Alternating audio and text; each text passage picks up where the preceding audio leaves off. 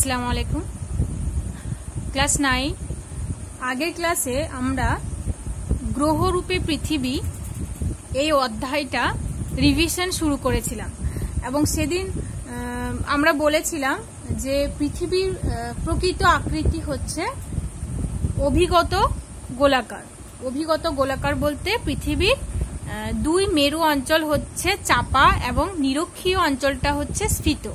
এবং এই যে পৃথিবীর আকৃতি অভিগত গোলাকার তার কিছু প্রমাণও আমি বলেছিলাম। তো দেখো, পৃথিবীর আকৃতি অভিগত গোলকের মতো হলেও পৃথিবীকে যে একটি আদর্শ অভিগত গোলক বলবো সেটা কিন্তু নয়। পৃথিবী আকৃতি একটা আদর্শ অভিগত গোলক নয়। কারণ হচ্ছে, তোমরা জানো যে পৃথিবীর উচ্চতম স্থান হচ্ছে মাউন্ট এভারেস্ট, যার উচ্চতা ৮,৮৪৮ মিটার, এবং পৃথিবীর নিম্নতম স্থান হচ্ছে প্রশান্ত মহাসাগরের গভীর সমুদ্রতলে অবস্থিত মারিয়ানা খাত, যার গভীরতা ১১,০০০ মিটারেরও বেশি। তাহলে দেখো, এই দুটি স্থানের যদি আমরা বন্ধুরতা পরিমাপ করি তাহলে দেখতে পাচ্ছি যে এই দুটি মানে উচ্চতম স্থান এবং নিম্নতম স্থানের বন্ধুরতার প্রসার হচ্ছে ২০ কিলোমিটার। তো পৃথিবী পৃষ্ঠের এই উঁচু নিচু জায়গাগুলোর অবস্থান সত্ত্বেও পৃথিবীর আকৃতিটা এবড়ো খেবড়ো গোলকের মতো নয়। আমরা আসলে পৃথিবীকে যখন দেখছি, পৃথিবীকে এবড়ো খেবড়ো গোলকের মতো দেখাই না। তবে পৃথিবীর মধ্যে এই যে দেখো উচ্চতম স্থান এবং নিম্নতম স্থান রয়েছে, সেই জন্যই আমরা বলবো যে পৃথিবীর প্রকৃত আকৃতি অভিগত গোলকও নয় এবং গোলকও নয়। পৃথিবীর প্রকৃত আকৃতি হচ্ছে পৃথিবীর মতো। মানে প্রাচীন যে ধারণাগুলো ছিল যে পৃথিবীর আকৃতি অভিগত গোলক, কমলা লেবুর মতো, আপেলের মতো, এগুলো আসলে পৃথিবীর আকৃতি নয়। পৃথিবীর আকৃতি হচ্ছে পৃথিবীর মতোই, আর এটাকে বলা হয় জিওড। পৃথিবীর আকৃতি পৃথিবীর মতোই, এটাকেই বলা হয় জিওড আকৃতি। তাহলে যদি তোমাদের এরকম কোশ্চেন আসে যে পৃথিবীর আকৃতি কি রকম, তখন তোমরা বলবে যে পৃথিবীর প্রকৃত আকৃতি পৃথিবীর মতোই, অর্থাৎ জিওড আকৃতি।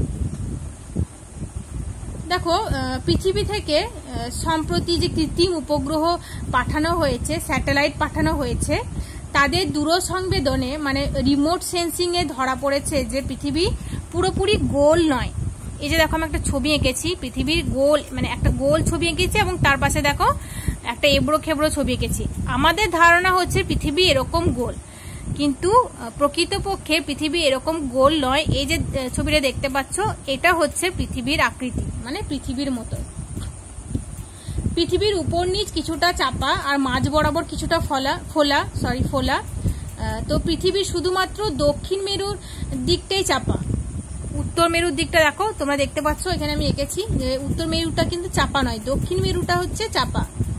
দক্ষিণ মেরু ২০ মিটার অতি নিচু এবং উত্তর মেরু ২০ মিটার উঁচু। বোঝা গেছে? দক্ষিণ মেরুটা দেখো ২০ মিটার নিচু, উত্তর মেরুটা ২০ মিটার উঁচু। দক্ষিণ গোলার্ধের মধ্যে অক্ষাংশ ৮ মিটার ফুলে উঠেছে আর উত্তর গোলার্ধের মধ্যে ৮ মিটার বসে গিয়েছে। পৃথিবীর মধ্যভাগটা হচ্ছে খানিকটা স্ফীত, প্রায় ৪৩ কিলোমিটার স্ফীত, এটা আমরা জানি। তো সেই জন্যই বলবো যে পৃথিবীর প্রকৃত আকৃতি পৃথিবীর মতো বা জিওড আকৃতি। জিওড কথার অর্থ হচ্ছে আর্থ শেপড। বোঝা গেছে?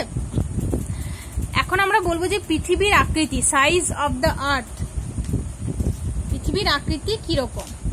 তো যীশু খ্রিস্টের জন্মের ২০০০ বছর আগে এরাটোস্থেনিস নামে এক মিশরবাসী বা গ্রিক পণ্ডিত, যীশু খ্রিস্টের জন্মের ২০০০ বছর আগে নয়, যীশু খ্রিস্টের জন্মের ৩০০ বছর আগে মিশরের যে গ্রিক পণ্ডিত নীলনদের তীরে কর্কটক্রান্তি রেখায় অবস্থিত সিন এবং আলেকজান্দ্রিয়া, এই দুটি নগরের মধ্যে সূর্যরশ্মির পতন কোণের পার্থক্য বিচার করেন। সিন নদীর অক্ষাংশ হচ্ছে ২৩.৫ ডিগ্রি উত্তর এবং আলেকজান্দ্রিয়া শহরের অক্ষাংশ হচ্ছে ৩.৫ ডিগ্রি উত্তর অক্ষাংশ, এবং এই দুটি স্থান একই দ্রাঘিমায় অবস্থিত এবং এই দুটি স্থানের সূর্যরশ্মির পতন কোণের পার্থক্য বিচার করে প্রায় সঠিকভাবে পৃথিবীর পরিধি নির্ণয় করেছিলেন। তো পৃথিবীর সব মানে পরিধি প্রথম নির্ণয় করেছিলেন এরাটোস্থেনিস, গ্রিক পণ্ডিত এরাটোস্থেনিস। এটা তোমাদের কোশ্চেন আসতে পারে।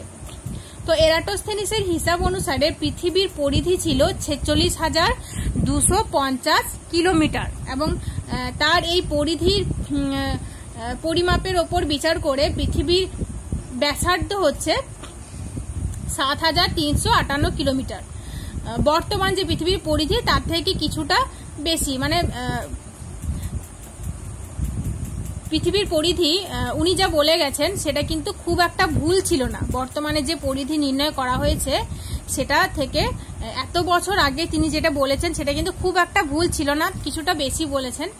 তো যাই হোক, তো প্রথম পৃথিবীর পরিধি নির্ণয় করেন গ্রিক পণ্ডিত এরাটোস্থেনিস, এটা তোমরা মনে রাখবে। আর এরাটোস্থেনিসের হিসাব অনুসারে পৃথিবীর ব্যাসার্ধ হলো 7,358 কিলোমিটার, এটা মনে রাখবে।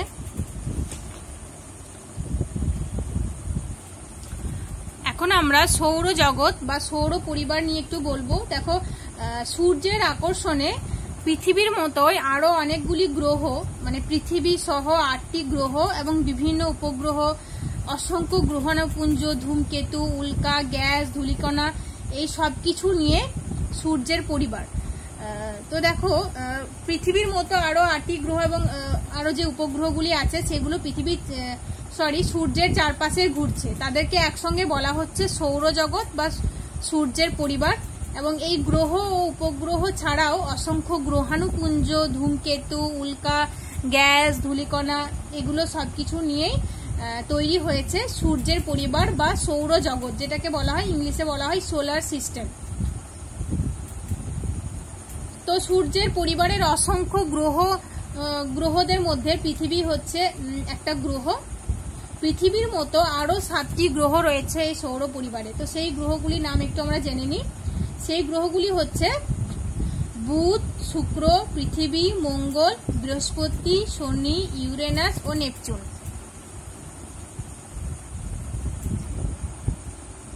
পৃথিবী ছাড়াও যে 7টি গ্রহ সূর্যকে কেন্দ্র করে ঘুরছে সেই গ্রহগুলি হচ্ছে বুধ, শুক্র, পৃথিবী, মঙ্গল, বৃহস্পতি, শনি, ইউরেনাস ও নেপচুন। এই গ্রহগুলোকে বলা হয় বামন গ্রহ, এই গ্রহগুলোকে বলা হয় কুলিন গ্রহ। এবং এখানে দেখা আছে প্লুটো, সেরেস, এরিস, হাউমেয়া, ম্যাকেমাকে, এই 5টি গ্রহকে বলা হয় বামন গ্রহ। তো দেখো, এগুলোও গ্রহ, এই সব গ্রহগুলি সূর্যকে কেন্দ্র করে তার চারপাশে নির্দিষ্ট কক্ষপথে আবর্তন করছে। তো এই গ্রহগুলিকে দেখো 2 ভাগে ভাগ করা হচ্ছে, একটা হচ্ছে কুলিন গ্রহ এবং এগুলো হচ্ছে বামন গ্রহ। কুলিন গ্রহ কোনগুলো? বুধ, শুক্র, পৃথিবী, মঙ্গল, বৃহস্পতি, শনি, ইউরেনাস, নেপচুন, এই 8টি গ্রহ হচ্ছে কুলিন গ্রহ। আর প্লুটো, সেরেস, এরিস, হাউমেয়া, ম্যাকেমাকে, এই 5টি গ্রহ হচ্ছে বামন গ্রহ। তো দেখো, তোমাদের মনে কোশ্চেন আসছে নিশ্চয়ই যে এগুলোকে কুলিন গ্রহ এবং এগুলোকে বামন গ্রহ বলা হয় কেন? তো কুলিন গ্রহ দেখো, এরাও নিজস্ব কক্ষপথে পৃথিবীর চারপাশে সূর্যের চারপাশে ঘুরছে, কিন্তু এদের মধ্যে একটা গুণ আছে যেটা এদের মধ্যে নেই। তো সেটা কি? সেটা হচ্ছে এদের কক্ষপথে যদি কোনো মহাজাগতিক বস্তু আসে তাহলে এইসব গ্রহ তাদের কক্ষপথ থেকে সরিয়ে দিতে পারে। তো সেই জন্যই এই গ্রহগুলোকে বলা হয় কুলিন গ্রহ।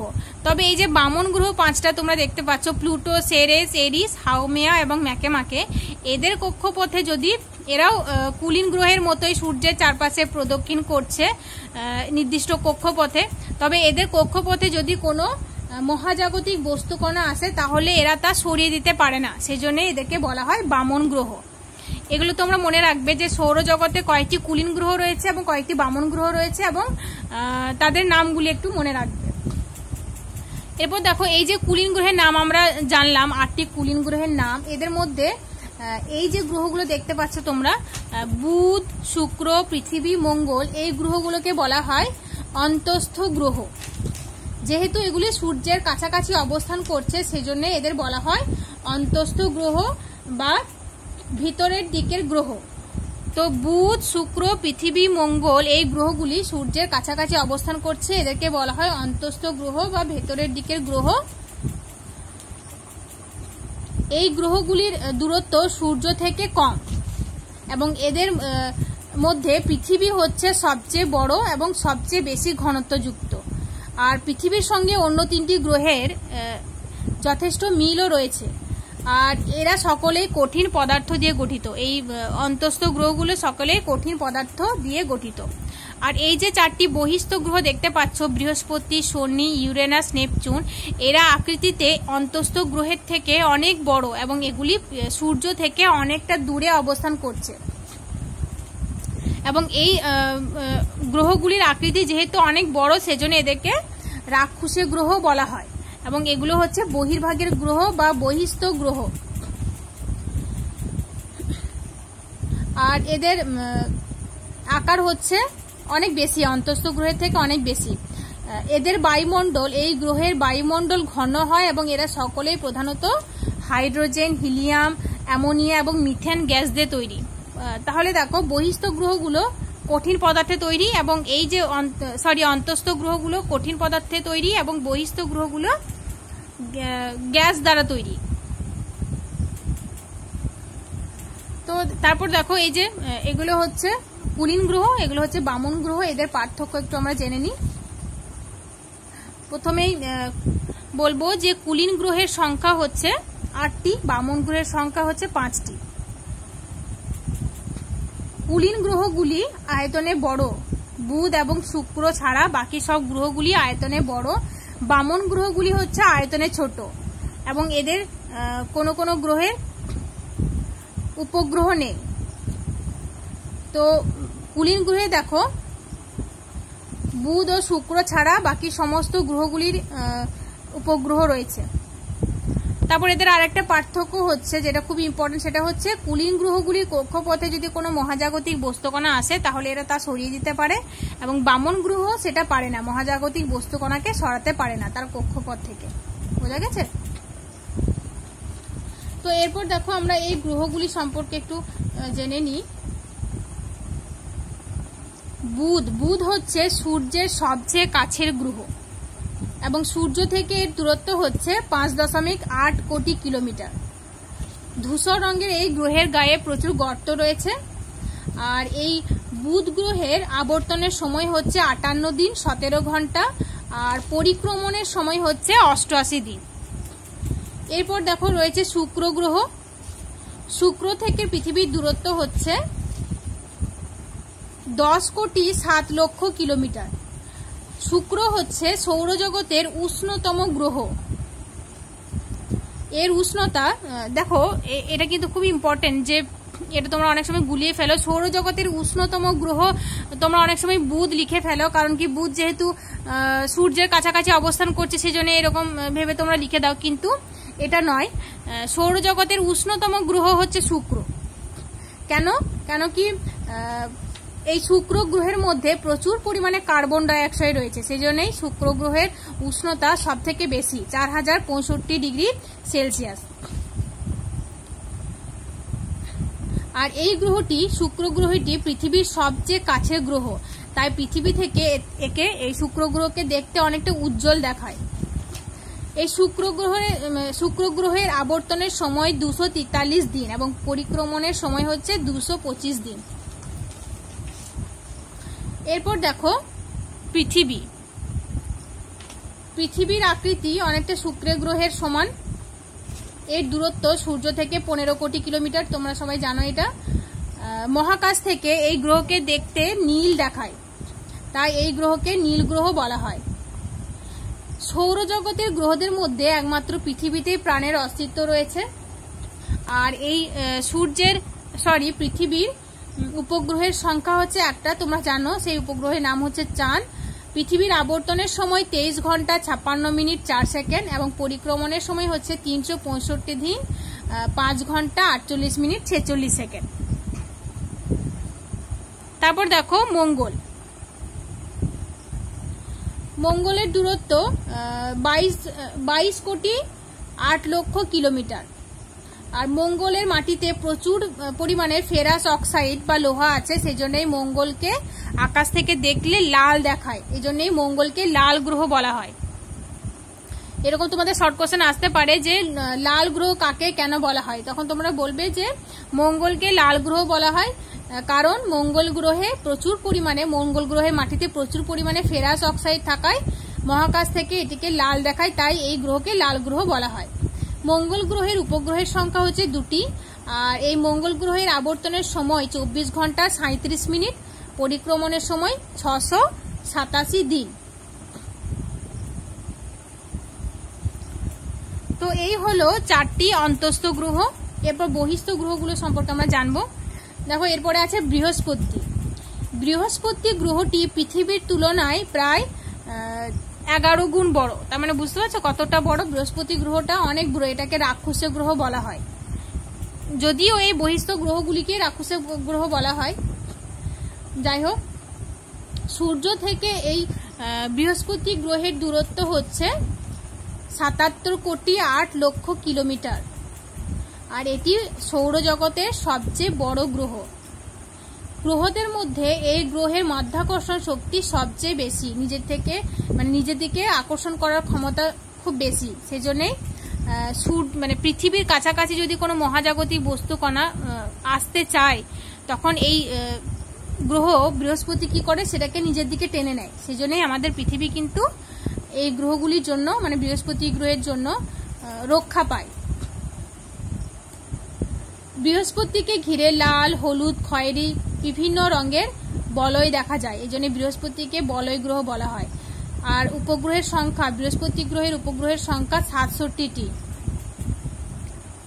এই গ্রহের আবর্তনের সময় হচ্ছে 9 ঘন্টা 50 মিনিট এবং পরিক্রমণের সংখ্যা 12 বছর। যেহেতু বৃহস্পতি গ্রহের পৃথিবী থেকে সূর্য থেকে এরা অনেক দূরে অবস্থান করছে, এই জন্য এদের পরিক্রমণের সময়টাও অনেক বেশি। এরপরে আছে দেখো শনি।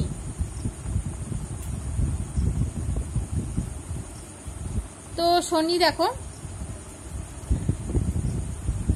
এই শনি গ্রহ পৃথিবীর তুলনায় প্রায় 9 গুণ বড়।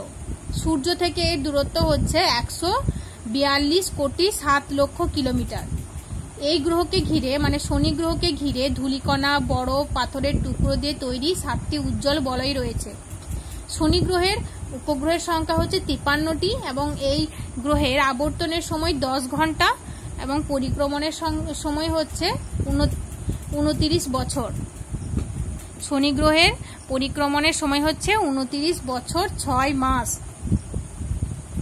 তার মানে বুঝতে পারছো, এই শনি গ্রহ 29 বছর ধরে সূর্যের চারপাশে ঘুরতে থাকে, এক পাক খেতে সূর্যের চারপাশে একবার ঘুরতেই সময় লাগে 29 বছর। তারপর দেখো রয়েছে ইউরেনাস। এই ইউরেনাস গ্রহটি সূর্য থেকে 287 কোটি কিলোমিটার দূরে রয়েছে। আর এই গ্রহে মিথেন গ্যাসের পরিমাণ অনেক বেশি, সেই জন্যই এই গ্রহকে দেখতে সবুজ রঙের দেখায়। তো সেই জন্যই এই গ্রহকে সবুজ গ্রহ বলা হয় এবং এটি সৌরজগতের শীতলতম গ্রহ। এখান থেকে দেখো তোমরা দুটো শর্ট কোশ্চেন পাবে যে সবুজ গ্রহ কাকে বলে, কেন বলে। এটা হচ্ছে ইউরেনাসকে সবুজ গ্রহ বলে কারণ ইউরেনাসের মধ্যে মিথেন গ্যাস আছে প্রচুর পরিমাণে। আর সৌরজগতের শীতলতম গ্রহ কোনটি? তো শীতলতম গ্রহ হচ্ছে ইউরেনাস। উষ্ণতা হচ্ছে -216 ডিগ্রি সেন্টিগ্রেড। এই গ্রহের উপগ্রহের সংখ্যা হচ্ছে 27টি আর এই গ্রহের আবর্তনের সময় প্রায় 17 ঘন্টা এবং পরিক্রমণের সময় হচ্ছে প্রায় 84 বছর। এরপর দেখো নেপচুন। নেপচুন গ্রহটি পৃথিবীর তুলনায় প্রায় 3 গুণ বড়, 3.5 গুণ বড়। সূর্য থেকে এর দূরত্ব হচ্ছে 449 কোটি 7 লক্ষ কিলোমিটার। আর নেপচুন গ্রহে মিথেন এবং হিলিয়াম গ্যাস বেশি থাকায় এই গ্রহের রং হচ্ছে নীল। তো নেপচুন গ্রহের রং কি? নেপচুন গ্রহের রং হচ্ছে নীল রঙের। এই গ্রহের উপগ্রহের সংখ্যা 13টি এবং এই গ্রহের আবর্তনের সময় 16 ঘন্টা, পরিক্রমণের সময় হচ্ছে 165 বছর। তার মানে নেপচুন গ্রহটি সূর্যের চারপাশে যখন একবার ঘুরছে তো একবার প্রদক্ষিণ করতে সময় লাগছে 165 বছর।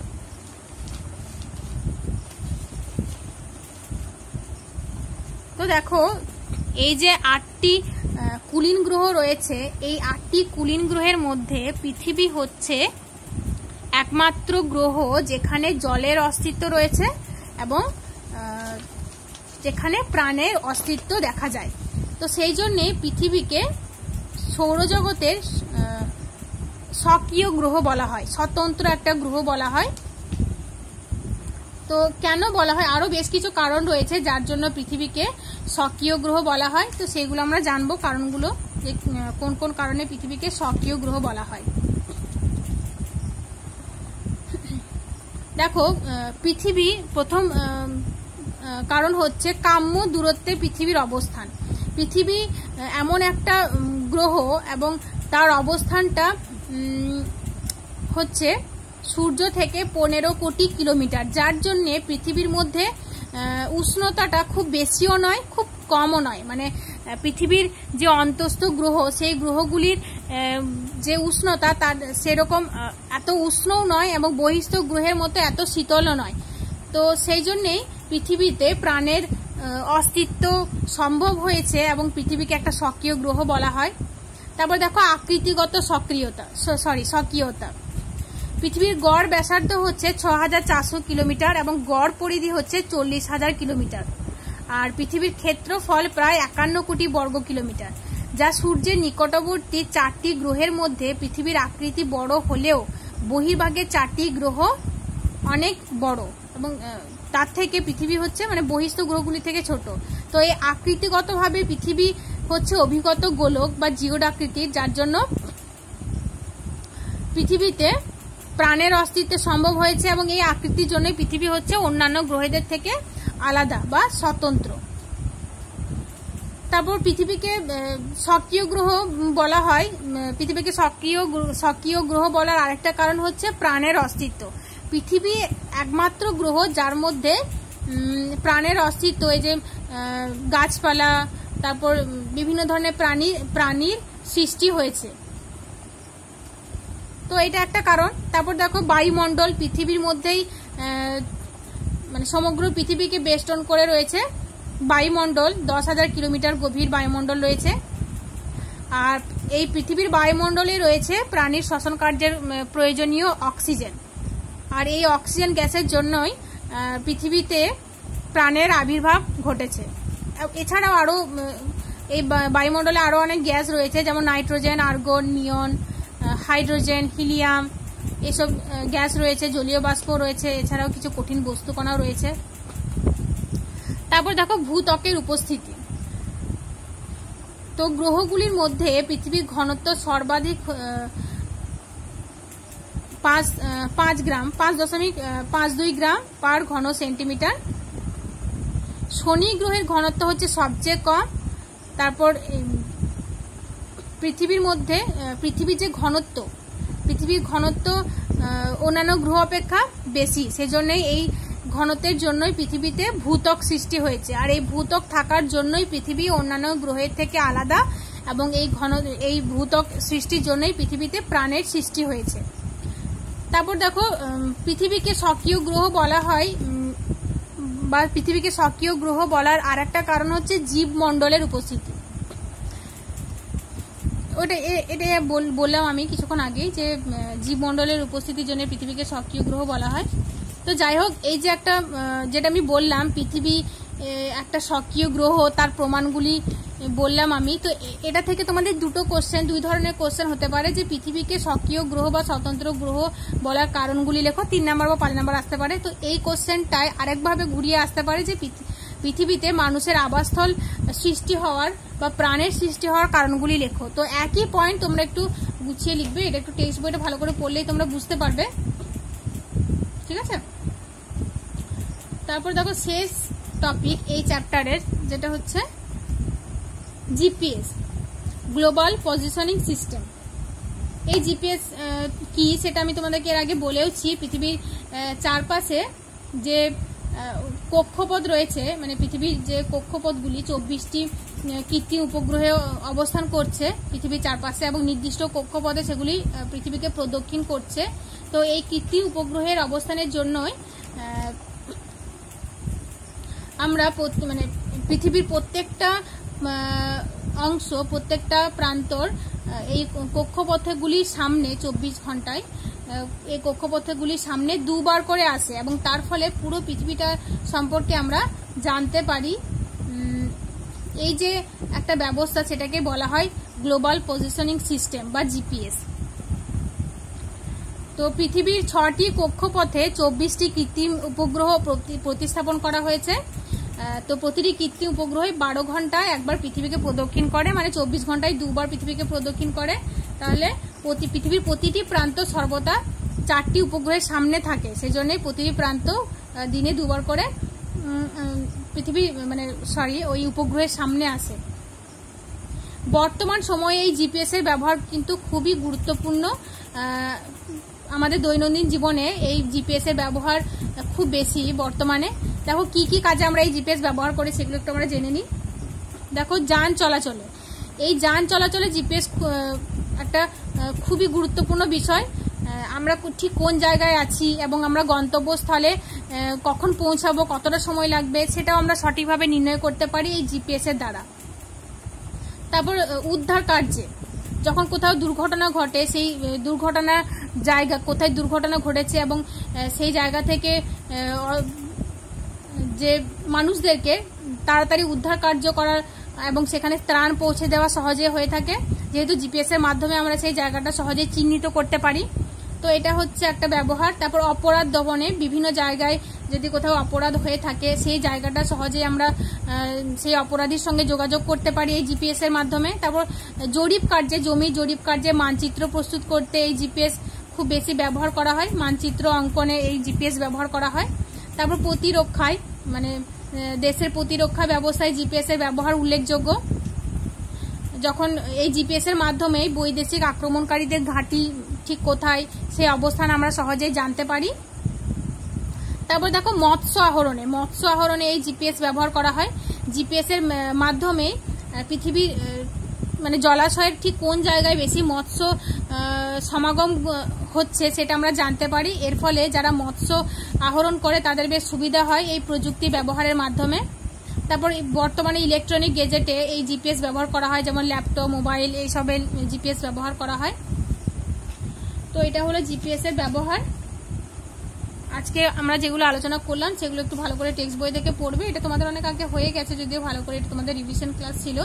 তো তোমাদেরকে আমি যখন এই ক্লাসটা আমরা পড়িয়েছি, আলোচনা করেছি এর আগে, এই রিভিশনের আগে, তখন আমি short question 2 number, 3 number, 5 number দিয়েছি। যখন তোমরা স্কুলে ছিলে তখনই আমি দিয়েছি এগুলো। এই চ্যাপ্টারটা ভালো করে হয়েছে, তো সেগুলি ভালো করে পড়ো। যদি কোনো কোশ্চেন নিয়ে কোনো সমস্যা থাকে আমাকে জিজ্ঞেস করো, আমার সঙ্গে কন্ট্যাক্ট করবে। কিছু বুঝতে না পারলে আমার সঙ্গে কন্ট্যাক্ট করবে। ভিডিওটা ভালো করে দেখবে। আসসালামু আলাইকুম।